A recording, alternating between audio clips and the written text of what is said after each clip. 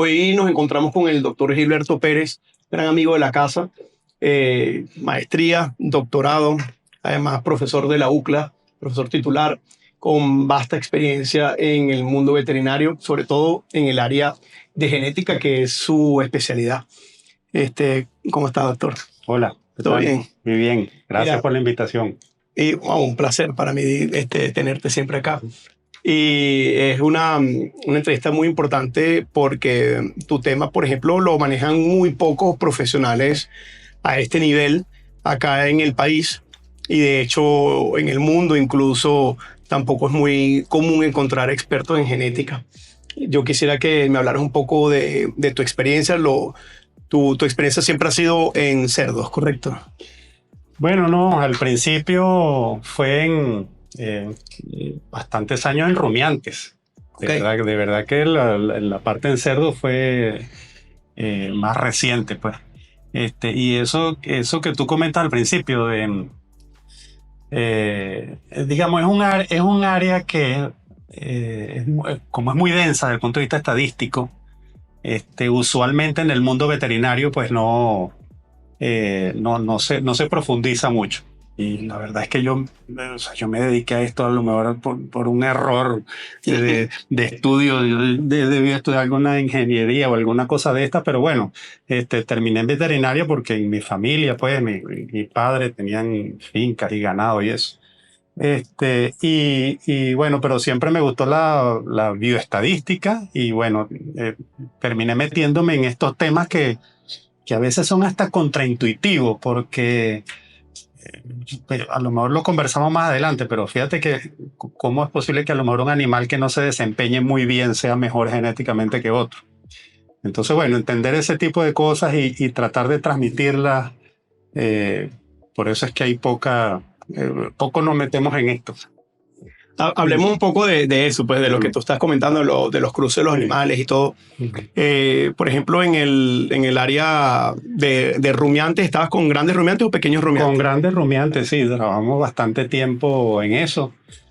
De hecho, bueno, cuando la universidad estaba funcionando mejor, había más profesores, hicimos un equipo de trabajo. Recuerdo que al principio, a principios de siglo, con mi gran amigo, el doctor Manuel Gómez, y también estábamos haciendo cosas con el doctor Pedro Santelí. Eh, fue una, en bovinos hubo una experiencia bastante interesante porque trabajamos mucho con un par de ganaderías. Recuerdo mucho una que se llama Agropecuaria Lula en Cojedes y nosotros empezamos a trabajar en el programa genético de ese rebaño y lo llevamos al nivel en que podía ingresar a CEPROSEGU, que CEPROSEGU es la empresa genética más importante en Venezuela en bovinos de carne. Pues. Entonces llevar una unidad de producción al nivel tecnológico para que pudiera ser aceptado en este grupo es como nuestro logro en esa época. Y sí, bueno, de verdad que en general trabajamos con rumiantes, pero ¿por qué pasa eso? Porque los programas de mejora genética en cerdos en el mundo están concentrados en, no sé, 4 o 6 empresas nada más.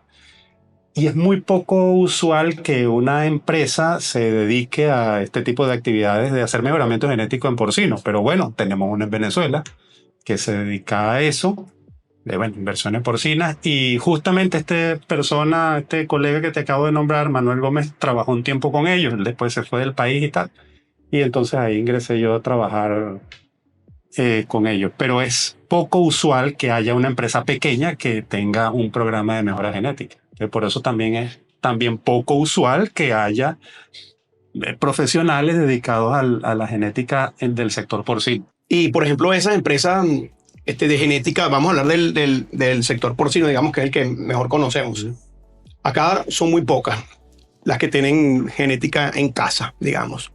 Pero desde tu punto de vista como profesional en esta área, ¿por qué es importante tener genética en casa?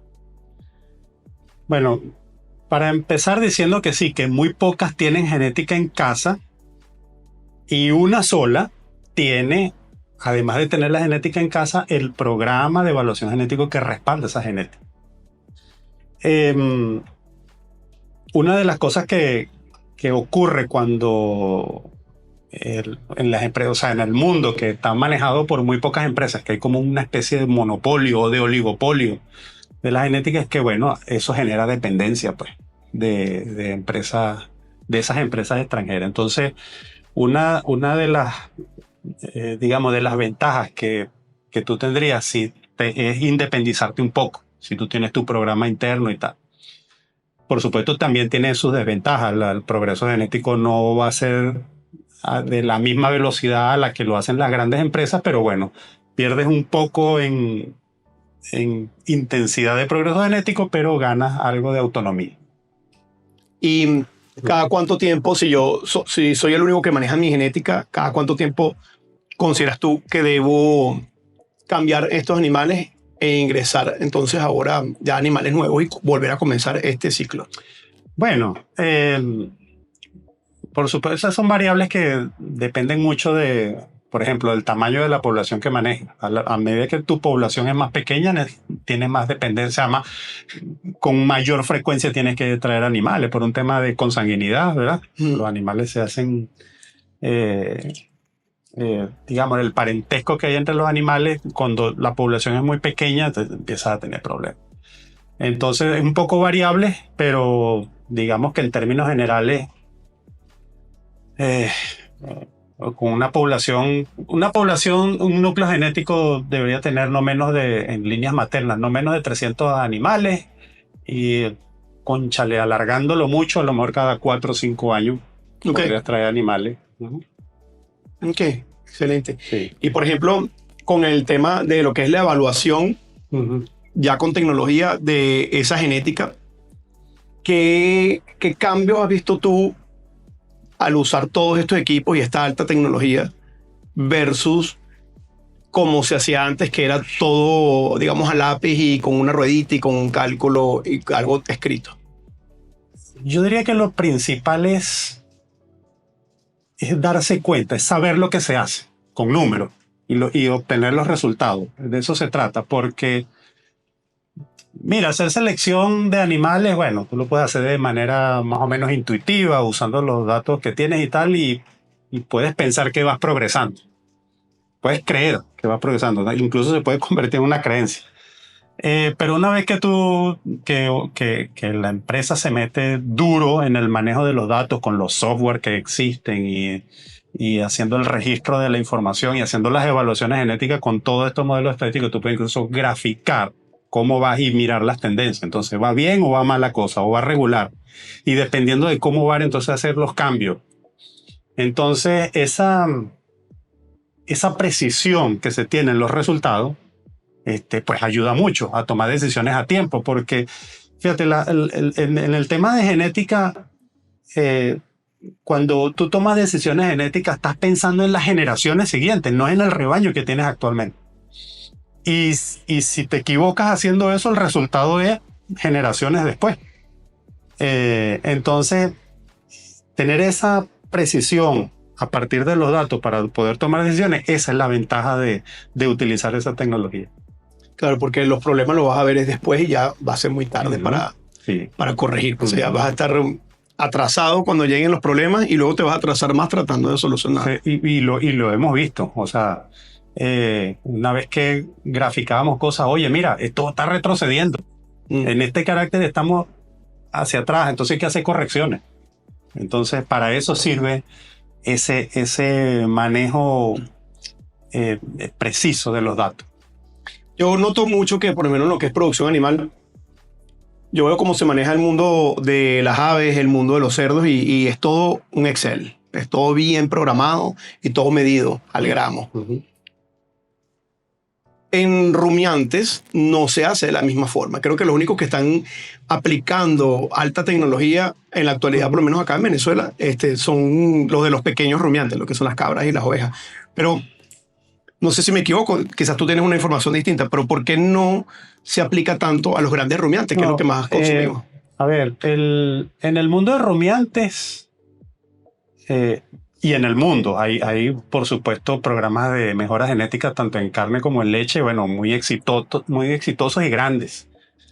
Y en Venezuela, afortunadamente, hay 3 experiencias muy importantes en rumiantes. En bovinos de carne hay dos, que es el equipo de Ceprocebu, que es una cooperativa genética en ganado Brahma. Tiene muchos años funcionando, fueron los pioneros, funcionan muy bien y utilizan muy buena tecnología, toda esta metodología de Blue, modelo animal y tal. Y la gente del Táchira, Sempro, ¿verdad? También en bovinos de carne. Bueno, en ganado lechero siempre tenemos que mencionar con todas las dificultades que han tenido, pero tienen muchísimos años desarrollando la raza Carora. Claro. Mira que su programa de mejora genética está respaldado por la Universidad de Milán.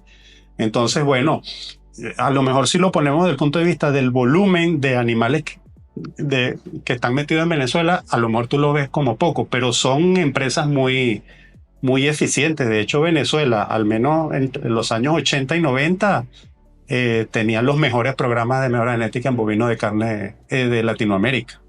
Ahora, bueno, está Brasil subió mucho, pero esos programas siguen funcionando y bueno, tenemos amigos allí, compartimos información, todo muy bien. Para una empresa, hablemos de cerdos en este caso, una empresa que se va a iniciar y dice, mira, yo quiero iniciarme, pero tengo un buen capital y me quisiera iniciar con un número aproximado entre 300 y 500 madres. ¿Cuál sería tu consejo desde el punto de vista de manejo de la genética a introducir y también a mantener una vez que tú establezcas ya la granja? Bueno, menos mal que me lo preguntaste desde el punto de vista genético, porque financiero puede tener sus bemoles allí. Sí. Pero supongamos que un empresario quiere, bueno, mira, yo quiero montar mis núcleos genéticos. O sea, en la estructura, un poco para aclarar el asunto, en la estructura en monogástrico y por lo tanto en cerdo, los programas de mejora genético a nivel mundial son piramidales. Tenemos núcleos de selección, unos rebaños que son multiplicadores de esa genética y después viene la parte comercial. Es distinto en bovinos, pero quedémonos con eso. Entonces, usualmente los núcleos genéticos son los que están en manos de 4, 6, 8 empresas a nivel mundial. Pero bueno, hay alguien que dice, yo quiero tener mi núcleo genético. Lo primero que tiene que entender es que, bueno, eso es costoso porque esos animales producen menos que los comerciales.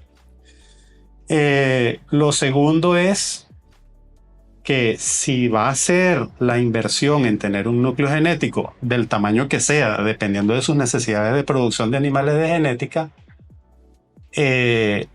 tiene que de una vez ir soportado por un programa de evaluación genética de esos animales. Es decir, no es, compro mis animales puros, ya, los tengo y empiezo a reproducirlos y ya. Sino que tiene que hacer una evaluación porque cuando tú compras animales, no necesariamente todos los animales van a ser superiores genéticamente. Eso pasa, pues, claro. Son sistemas biológicos. Claro. Y si no tienes el programa de evaluación, nunca te vas a dar cuenta de cuáles son los malos y los buenos y los regulares. Y si no te das cuenta de eso, no tienes cómo armar un programa de selección que te genere progreso genético año a año. Entonces, no es solo los animales y las instalaciones perfectamente diseñadas y bien bonitas para eso, sino cómo vas a gestionar los datos que va a generar ese núcleo para poder hacer mejoramientos genéticos. Claro. Lo que entiendo es que no es lo mismo decir, mira, me compré este Landrace puro y por eso va a funcionar y por eso voy a tener una buena genética, porque luego ese animal, por cuestiones de la naturaleza, quizás no rinda o quizás no tenga la calidad, digamos, espermática para poder continuar con lo que es el desarrollo de la genética. Si quieres, hacemos una analogía con una empresa como esta, como Medive. Dice, yo voy a montar una distribuidora de equipos, una agropecuaria de equipos e insumos médicos. Y haces un convenio con las mejores empresas del mundo para las marcas y tal, ¿no? Y traes todo. Necesitas un software que te maneje la parte financiera y administrativa. Claro. No vas a empezar a vender y comprar y sin llevar registro de cómo va la cosa, ¿no? Ese es el símil.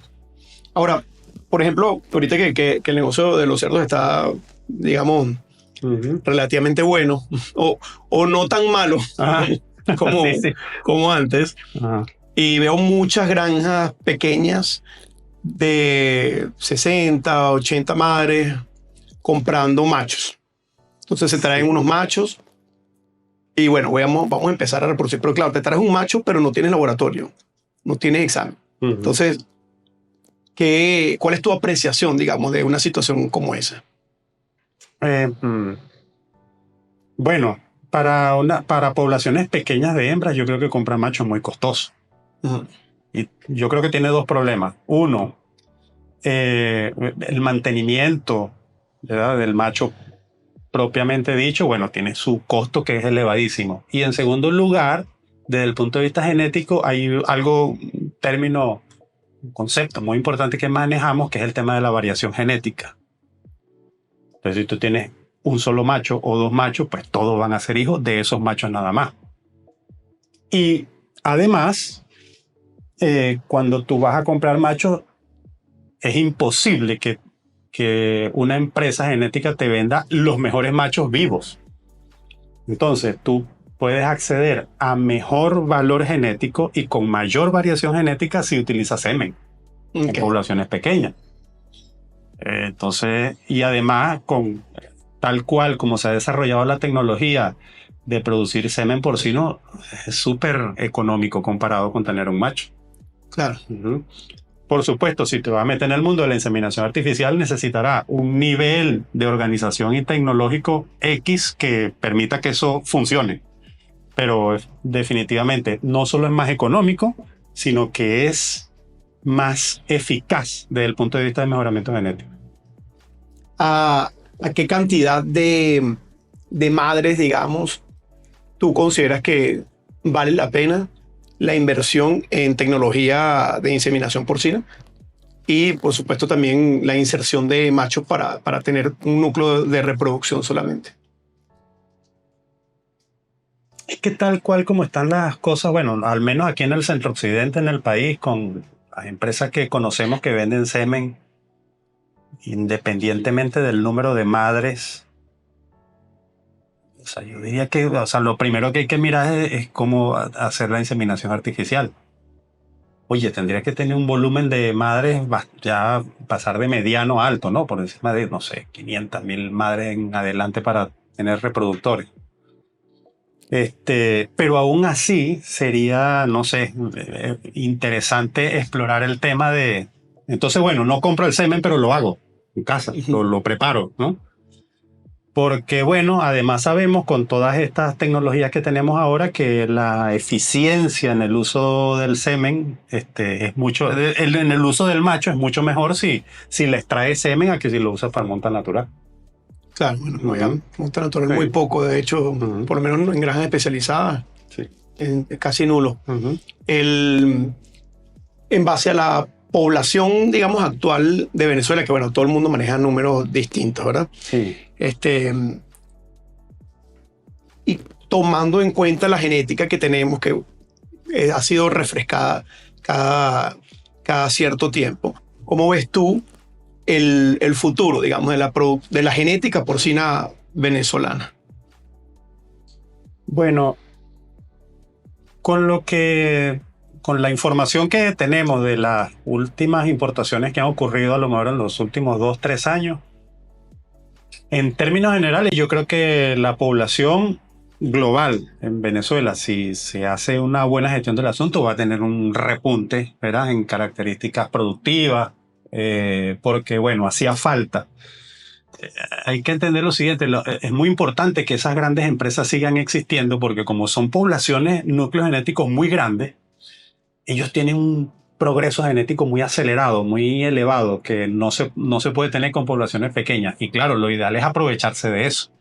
Y hubo como un rezago en Venezuela en donde no entraba material genético, entonces imagínate que todos ellos van avanzando y uno se va quedando rezagado. Ese rezago se está poco cerrando con esas importaciones. Lo que sí creo que, no estoy seguro, pero creo que haría falta mirar es, bueno, las personas o las empresas que tienen animales puros, bueno, eso, cómo están gestionando los datos y cómo van a configurar los programas de evaluación y mejora genética para esos núcleos, para sacar el mayor provecho a eso que ya se trajo o que va a seguir entrando. ¿Cuáles son las principales razas de cerdos ahorita en Venezuela, digamos? No, en Venezuela y en el mundo, la gran producción sí ya está básicamente en 4 líneas principales, que son las líneas maternas, Landragis y Larguay, y las líneas terminales que son Duroc y Pietrain. Hay otras razas por allí que se usan a menor escala, pero ese es el grueso. La producción de carne en el mundo está básicamente con esas 4 líneas. Y de esas que no, que hay por ahí, pero que en Venezuela no existen, ¿cuál crees tú que haría falta en Venezuela, que se adaptaría bien a nuestras Oye, mira, condiciones? no estoy seguro. No estoy seguro porque, mira, uno cuando revisa pues, por internet o entra en contacto, te ofrecen una serie de cualidades de esas otras razas. Pero bueno, siempre hay que entender que esas cualidades las expresan en otro sitio. Claro, Entonces, Dinamarca, por ponerte un o sea, ejemplo. habría que traer y mirar cómo funciona antes de poder dar una respuesta de ese tipo. Y lo otro, bueno, yo creo que además las casas genéticas en general hacen muy bien su trabajo y con estas 4 líneas. Al final aparecen otras líneas por allí con otros nombres que son combinaciones de lo que ya hay. Entonces, posiblemente tengan un desempeño parecido a lo que ya hay aquí. Pero bueno, no me atrevería porque habría que traer, como te digo, una muestra a ver cómo se desempeñan esas otras líneas en condiciones aquí venezolanas. Sabes que, por ejemplo, cuando uno evalúa la producción y todo lo que es el ciclo y el proceso, hay muchas partes que están involucradas. Bueno, está la parte que atiende a las madres, está la parte que atiende a los machos, está la parte que se encarga de la genética, luego lo que es manutención de estos animales, todo eso. Siento que todas son muy importantes, pero si me falla el centro genético, ¿qué repercusiones tenemos en el resto del proceso de producción? Y si tú consideras que el manejo, digamos, del centro genético es tan importante o más importante que otras áreas dentro de la granja. Sí, bueno, las empresas que tienen núcleo genético, que es digamos, o las granjas de donde están las líneas puras, por supuesto eso está casado con un centro de inseminación, porque esa es la manera de difundir digamos, el progreso genético. Entonces, bueno, si ese centro de inseminación funciona mal, pero imagínate, catastrófico, porque todo el trabajo que hace en mejora genética en el centro ya no funciona y entonces no se reproduce. O sea, la mejora genética que no se reproduce la pierde. Entonces es medular el centro de inseminación para que esos genes o ese material genético que con todo el esfuerzo del mundo se está mejorando allí pueda difundirse ahora a toda la cadena productiva hacia abajo. Pues considero eso, quería una aclaratoria con eso porque siempre lo he visto así. He notado pues que no hay tanto empeño a veces en el centro genético como en el resto de otras áreas que a la final pues quieres como que tratar de recuperar más adelante lo que pudiste haber solucionado al principio con mejor manejo de todo este material genético. Yo supongo que, bueno, en estas empresas el día a día te atrapa. Entonces, claro, como normalmente un centro de inseminación es un laboratorio en donde muchas condiciones están controladas, entonces usualmente hay menos emergencias. Entonces, quien tiene eso y también tiene granjas comerciales, pues en la granja comercial sí pasan muchísimas más cosas, entonces te atrapa el día a día y un poco vas olvidando el centro de inseminación. Entonces, claro, es parte de no te descuides, ¿verdad? Y invertirle tiempo y esfuerzo y siempre hay muchas cosas que optimizar en el centro de inseminación. Entonces, bueno, pero es eso, pero a veces la realidad te atrapan los problemas de la granja y te aleja un poco del centro de inseminación. En el caso, por ejemplo, de lo que es el manejo de bioseguridad, pues que por supuesto también es muy importante y que también tiene su relación con lo que es la genética y con el manejo de todo del material genético que se produce, pues ahí también juega un papel importante la bioseguridad. Pero, ¿qué medidas hay o qué medidas recomiendas tú, por ejemplo, para proteger lo que es el centro genético de los problemas de bioseguridad, no solamente en los alrededores de la granja, sino también dentro de la granja? Bueno, es que no es que es muy importante, es que es lo primero, lo vital, la bioseguridad.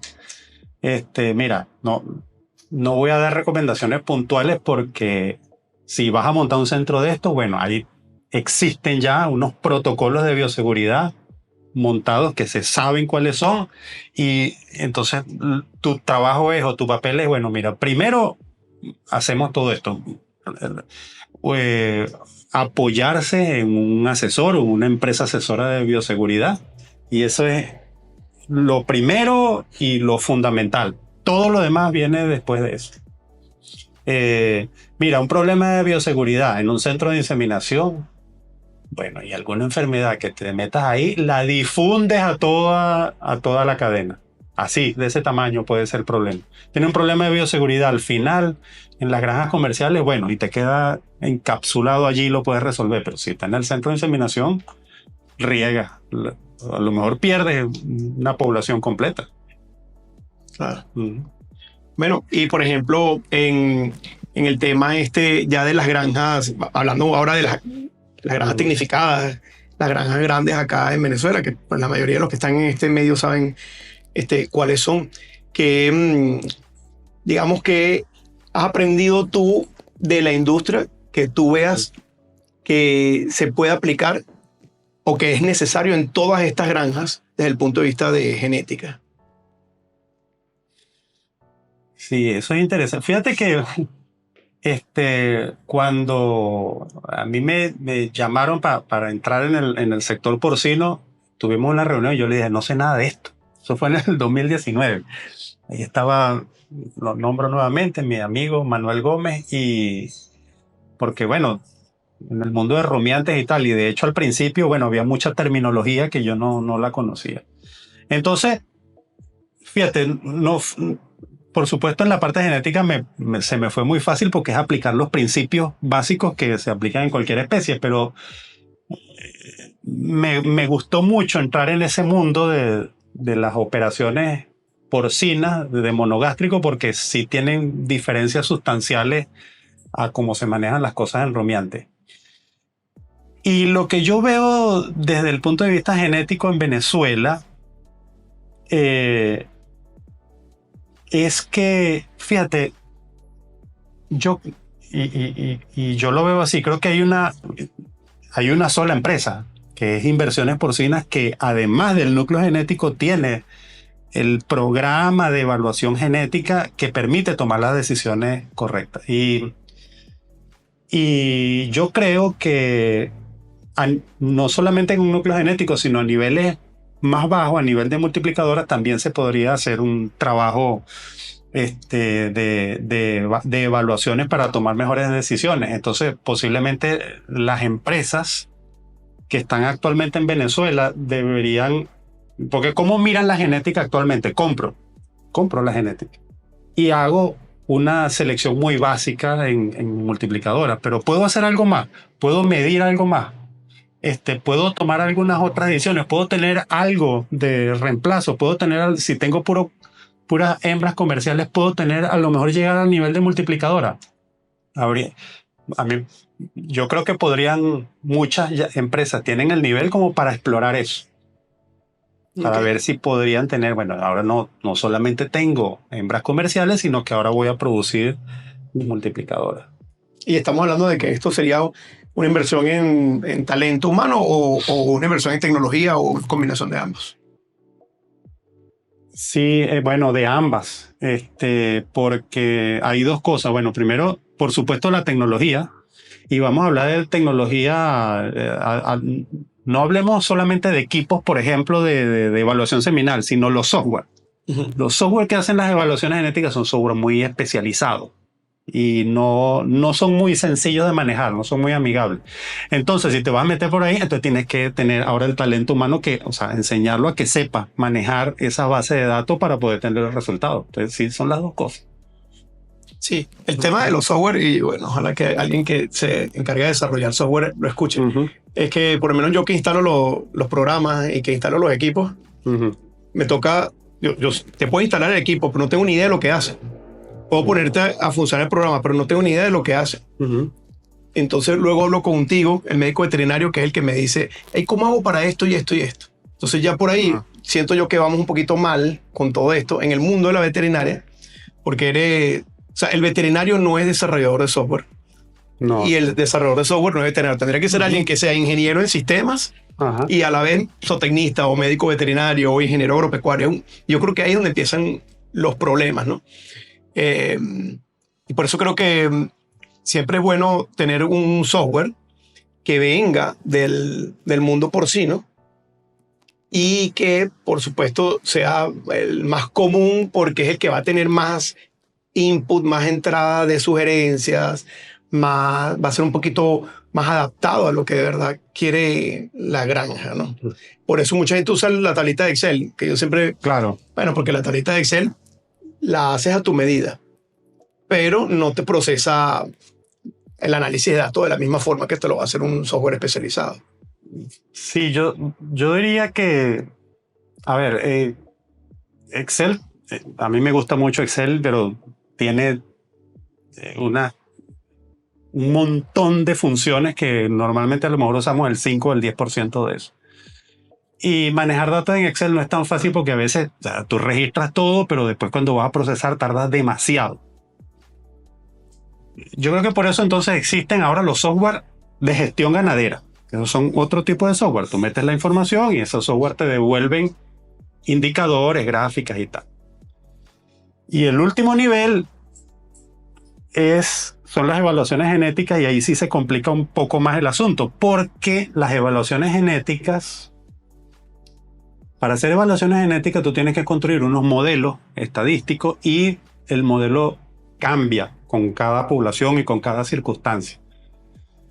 Entonces, por eso es que es muy usual que en el mundo de la mejora genética los genetistas aprenden a programar un poco, porque yo le tengo que decir hazme con los datos, hazme esto, que es muy particular, que no lo tienen otros software. Ahorita recuerdo, bueno, cuando estaba, por supuesto, cuando fui a España a hacer el doctorado y tal, y entonces es muy común que cada genetista se haga su propio software. Yo trabajé con unos software hechos tal. Bueno, y tuve que meterme en el asunto y me compré un libro de Fortran 90 para entender el asunto, que además es un lenguaje viejo pero muy eficaz. Y eso me sirvió de mucho. Por ejemplo, una de las cosas que conseguí en inversiones porcinas es que ahí había un software que vinieron, eso fue del doctor John Mabry de la Universidad de Iowa, creo. Entonces había un software que estaba funcionando, pero imagínate, a distancia, instalan el software y lo ponen a funcionar y se van. Y cuando yo llegué había algunas cosas que estaban funcionando mal, porque pasaron mucho tiempo, no sé, se perdió la asesoría. Entonces, como yo había aprendido un poquito de programación, me meto en el código fuente y veo, no, es que esto lo está leyendo mal porque hay unas columnas, lo que sea. Toda esta historia es porque a veces uno dice, bueno, a lo mejor hay alguien que va a desarrollar un software para hacer evaluaciones genéticas. Esa está más complicada. Hay software de evaluaciones genéticas que son, vamos a decir, muy genéricos, y luego uno tiene que decirle a ese software, pues el modelo estadístico para la evaluación de esta rebaño es tal. Entonces, bueno, manejándose con esos 3 niveles, los primeros 2 niveles sí creo que cualquier empresa los puede abordar. Excel y un software de gestión, que hay de gestión ganadera directa para el sector porcino.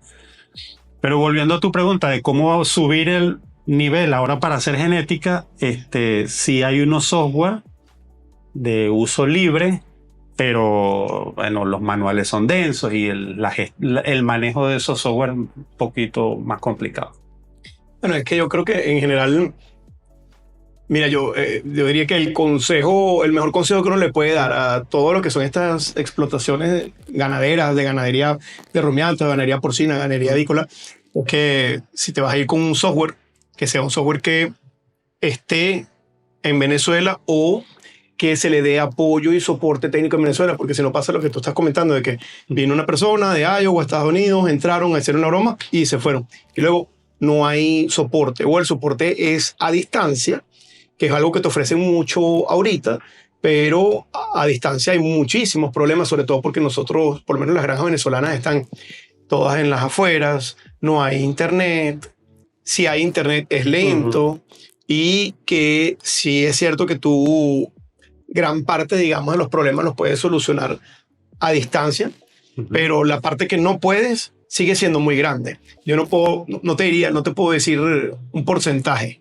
pero sí sé que es grande, pues, la cantidad de problemas que uno tiene que decir, tengo que echarme el viaje para la granja. Esa brecha tecnológica existe, sí. Mira, yo creo que ya casi todos los software actuales de gestión ganadera funcionan con, bueno, todo este tema de la nube y tal, y soporte online. Bueno, pero necesitas internet y ya sabemos cómo es la situación del internet, claro, en Venezuela. Sí, eso obliga o empuja a que la gente que tiene el software en las fincas tenga, ahora vamos otra vez a formación, a personas que de verdad se dediquen a entender el software y a saber cómo se mete la información y cómo sale y tal. Entonces mucha gente tiene un software. Bueno, y yo quiero que me hagan mi asistencia técnica, pero no le pongo cariño, no le presto atención a la persona que se va a dedicar a manejar el software. Piensa que cualquier persona es simplemente meter información allí y sácame un gráfico. Y no es así. No es solo el software, es la persona o el equipo de personas que van a manejar el software. Hay que darles cariño. Ajá, sí. Oh, mira, excelente. De verdad que muy buena toda la información, consejos para todos acá, no solamente el gran productor, sino también el pequeño productor. Súper agradecido contigo por estar acá. Les recordamos que se suscriban al canal, que si les dan me gusta, si le dan a suscribir, eso nos ayuda a crecer el canal, por supuesto. Quiero agradecer a la gente de Agua Cristal que nos obsequió el agua que estamos consumiendo hoy, y por supuesto al doctor Gilberto y a todo el personal de la UCLA que siempre está tan dispuesto a ayudarnos a seguir creciendo el canal con su participación, con su presencia acá y ayudando a ustedes, los médicos veterinarios y a los estudiantes que disfrutan de estos videos. Gracias, doctor. Y a mí me gusta mucho hablar de mejora genética y yo espero que me vuelvan a invitar. Aquí hacen un muy buen café, de verdad. Muchas gracias por la invitación. Dale, gracias, doctor. Gracias.